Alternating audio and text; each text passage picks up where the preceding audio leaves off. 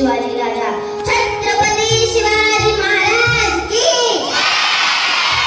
स्वराज्यामध्ये स्त्रियांचा मान फार फार मोठा होता, परत स्त्री माते समान हे तत्व अंमलात आणले जायचे। स्त्रियांचा अपमान मुळीच खपवून घेतला जात नव्हता। स्त्री सन्मानासाठी आणि संरक्षणासाठी शिवराय झटत असायचे। स्वराज्याच्या रक्षणासाठी किल्ले रायगड उभारले। सह्याद्रीच्या कुशीत बसलेला हा रायगड किल्ला 4400 फूट उंच होता। रायगडावर दरवाजाखेरीज कोणत्याच सेनाधाराचा मार्ग नव्हता। असं म्हटलं जायचं की रायगडाचे दरवाजे बंद झाले की वरतून खाली यायचे ते पाणी आणि खालून वर जायची ती फक्त आणि फक्त हवा।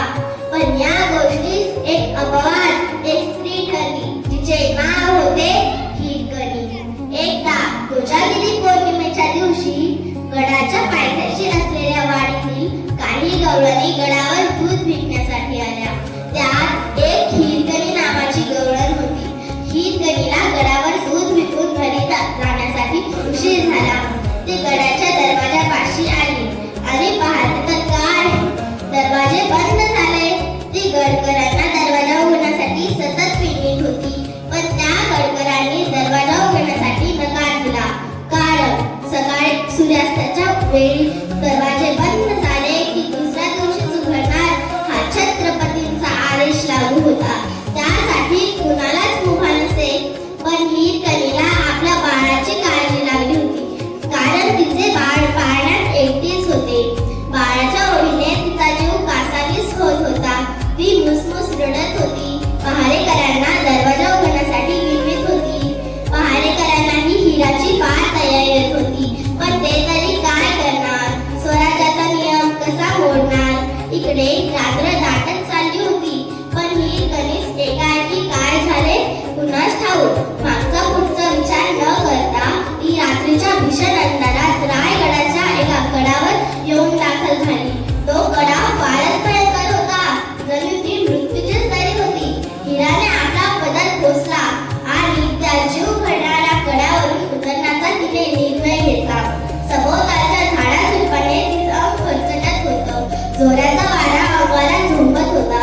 गडाच्या किनारी साप असला तर, आग्रामोडाचं पोळं असलं तर, चुकून हातपाय निसटला तर। मात्र हिराला कशाचीच चिंता नव्हती।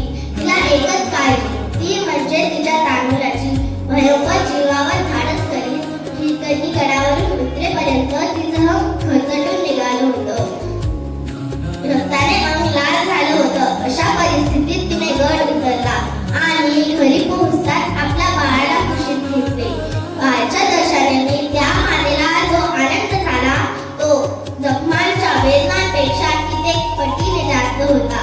रायगडाची ही भीषण कडा जणू यमराजाची पाठच होती। मात्र हिराने आपल्या बाळाच्या प्रेमापोटी हे असामान्य धाडस पूर्ण केलं। ही वार्ता महाराजांना कळताच, म्हणजे छत्रपती शिवाजी महाराजांना कळताच ते आश्चर्यचकित झाले। त्यांनी हिरकणीला गडावर बोलवले। हिरकणी गडावर आली। घडलेली घटना महाराजांनी विचारले असता हिरकणीने सारा घटनाक्रम महाराजांना सांगितला। आपल्या बाळाला भेटण्याचा हा एक मार्ग उपलब्ध होता असं ती म्हणाली। महाराजांनी मोठ्या कौतुकाने गौरवाने हिरकणीला साडी चोळी देऊन सन्मान केला आणि हिरकणी ज्या गडावरून खाली उतरली होती त्या गडावर एक बुरुज बांधण्यात आले आणि त्याला हिरकणी असे नाव देण्यात आले। हिरकणीची ही शौर्यगाथा आज देखील रायगडावर सांगितल्या जाते। एका आईचं त्या बाळावरचं प्रेम किती पराकोटीचं असतं हेच आज